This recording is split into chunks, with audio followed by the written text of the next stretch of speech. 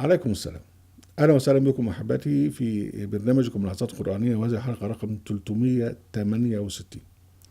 وندخل مع هجاص جديد هو البيهقي. اضحك مع البيهقي في هجز الإسراء والمعراج، وهذه الحلقة الأولى. هو البيهقي يعني كثيرون جاءوا من بلدة فارسية اسمها بيهق وحملوا لقب البيهقي، كثيرون منهم أبو الفضل البيهقي المؤرخ متوفى 470 هجرية، لكن أشهرهم وأسوأهم هو أبو بكر السني البيهقي، يعني الراجل اللي هو المشهور بسنن البيهقي وغيرها، وهو متوفى 458، ولا صاحب مؤلفات كثيرة في الأحاديث والسنن، وملأها بخرافات ينطبق عليه قول الله سبحانه وتعالى: فمن أظلم وافترى على الله كذبا ليضل الناس بغير علم إن الله لا يهدي القوم الظالمين. الآية 144 من سورة الأنعام. طبعا آيات كثيرة في القرآن الكريم تصف الذين يفترون على الله الكذب بأنهم أظلم الناس، وهم بالتالي كده حين يفترون على الله الكذب هم يكذبون بآيات الله جل وعلا. الهجاص البيهقي في كتابه دلائل النبوة، وده اللي أورده ابن كثير في تفسيره لسورة الإسراء.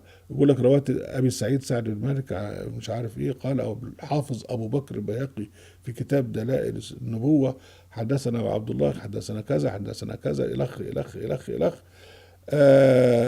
قال بقى نخش بقى في الهجس. قال: بينما أنا نائم عشاء في المسجد الحرام إذ أتاني فأيقظني إذ أتاني فأيقظني فاستيقظت فلم أرى شيئا، فإذا أنا بكهينة بكهيئة خيال فاتبعته بصري حتى دخلت المسجد، فإذا بدابة أدنى شبها بدوابكم هذه بغالكم. إذا بقى ما قالش بقى هنا بين الحمار والبتاع، غير أنه مضطرب الأذنين يقال له البراق، وكانت الأنبياء تركبه قبل. طب إيه اللي عرفه؟ يقع حافره عند مد بصري فركبته فإنما أنا أسير عليه. ما يمشي بقى لغاية دلوقتي ما جابش سيرة جبريل. فركبته فإنما أنا أسير عليه إذ دعاني داع عن يميني: يا محمد انظرني أسألك، يا محمد انظرني أسألك، يا محمد انظرني أسألك، فلم أجب ولم أقم عليه. فإنما أنا أسير عليه إذ دعاني داعي عن يساري قال: يا محمد انظرني أسألك، فلم أجب ولم أقم عليه. فإنما أنا أسير إذا أنا بامرأة حاسرة عن ذراعيها وعليها من كل زينة خلقها الله، فقلت: يا محمد، فقالت: يا محمد انظرني أسألك، فلم ألتفت إليها ولم أقم عليها حتى أتيت بيت المقدس. يعني هو بقى راكب البراق وشارخ، طلع له واحد: يا محمد بص لي يا محمد، طنشه. واحد كده تاني: يا محمد بص لي يا محمد. واحدة تانية لابسة زينة: يا محمد بص لي يا محمد. ما فيش فايدة. لغاية لما ايه، حتى اتيت بيت المقدس فاوثقت دابتي بالحلقة، حربت الدابة. ما قالش طبعا اسمها البراق التي كانت الانبياء توثقها بها، يعني كان بها في حلقة كده موجودة، والكل نبي يجي يركب البراق يروح جاي وربط البراق بتاعه هناك. ثم اتى جبريل بيناني احدهما من خمر الخ الخ الخ الخ بتاعت بقى الخمر واللبن، واعطيته صبت الفطره الى اخر الكلام. الهاج ده اتقال قبل كده. فقال جبريل: ما رايت في وجهك هذا؟ يعني اذا هو كان بقى راكب الركوب ده ومش كان معه جبريل. فلما راح بيت المقدس راح قبله جبريل، بعد لما طبعا ربط البغل او الحاجه اللي بين البغل والحمار في المربط قبل بيت المقدس. اوكي. فجبريل بيسأله: قال جبريل: ما رأيت في وجهك كذا؟ قال: بينما أنا أسير إذ دعاني داع عن يميني: يا محمد انظرني أسألك فلم أجبه ولم أقم عليه ولم أقم عليه. قال: ذلك داعي اليهود. يعني الراجل اللي كان بيقول لك يا محمد ده الراجل بتاع اليهود. أوكي. أما أنك لو أجبته ووقفت عليه لتهودت أمتك. لو أنت قلت له يسر أنت عايز إيه، أمك هتبقى يهود. يا للهول. قال: فلما سير دعاني داعي عن النصارى قال: محمد انظرنا لك ولم تفعل. قال: ذلك داعي النصارى. ده بقى لو انت وقفت له وكلمته امتك هتبقى نصارى. لو قال: ذاك داعي النصارى اما انك لو اجبته لتنصرت امتك. قال: فلما انا اسير اذا بامراه حاسره عن ذراعها من كل زينه خلقها الله قالت: يا محمد انظرني أسألك فلم أجبه ولا أنقم عليها. قال: تلك الدنيا. أيوة، دي بقى هي الدنيا. أما إنك لو أجبتها قمت عليها لاختارت أمتك الدنيا على الآخرة. يعني أنت لو بصيت للست دي اللي هي عليها من كل زينة، أمتك هتختار الإيه؟ الدنيا على الآخرة.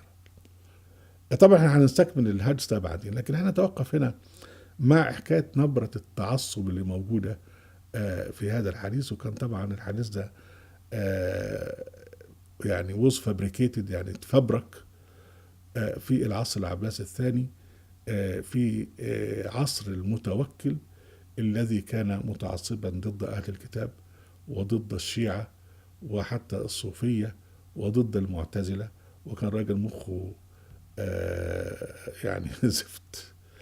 فيعني هذا هو المناخ الذي صيغ فيه هذا الحديث. ودائما الأحاديث حقيقة، يعني لأي واحد يدرس الأحاديث دراسة منهجية يعرف أن هي يعني إنتاج عصرها وتتأثر بعصرها. فالناس عاجبها حاجة بتعملها حديث، بتكره حاجة تعمل فيها حديث إلى آخره. فبالتالي بقى إن هنا بقول لك لو أنت سمعت كلام الراجل ده أمك هتبقى يهود. طب لو سمعت كلام الراجل ده أمتك هتبقى نصارى. لو سمعت كلام الست دي أمتك هتريد الدنيا ومش هتبقى لها في الآخرة. طيب يا أخوانا، هو المحمديين يريدون الدنيا أم يريدون الآخرة؟ هم من أول الخلفاء الفاسقين أبو بكر وعمر وعثمان وعلي وهم أرادوا الدنيا، وهم شوهوا الإسلام وحاربوا واعتدوا واحتلوا وسلبوا ونهبوا ويعني ارتكبوا الموبقات كلها حبا في الدنيا وإثارا للدنيا على الآخرة.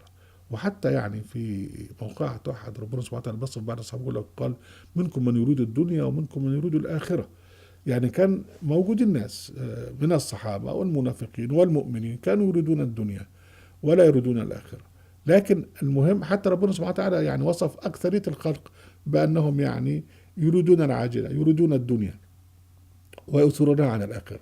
لكن أنا بقى بقول لك حديث أن كل أمة محمد بقى هتريد الآخرة ومش هتريد الدنيا. يعني إذا الناس في العصر العباسي اللي هم بيسموا مسلمين يعني كانوا كلهم عايزين الآخرة، وناس بقى ما لهمش دعوة بالدنيا الآخرة. أمال إيه الفتن والقتل وسفك الدماء وحمامات الدم التي كانت موجودة في العصر العباسي وفي العصر الأموي وفي عصر الخلفاء الفاسقين اللي بيسموهم الراشدين وحتى ما بعد ذلك. طبعا ده كله كلام هجس ضمن الهجس المضحك المبكي. أهلا بكم أحبتي في برنامجكم لحظات قرآنية وفي قناة أهل القرآن وفي موقع أهل القرآن. لا تنسوا المشاركة بشير ولايك، وعليكم السلام.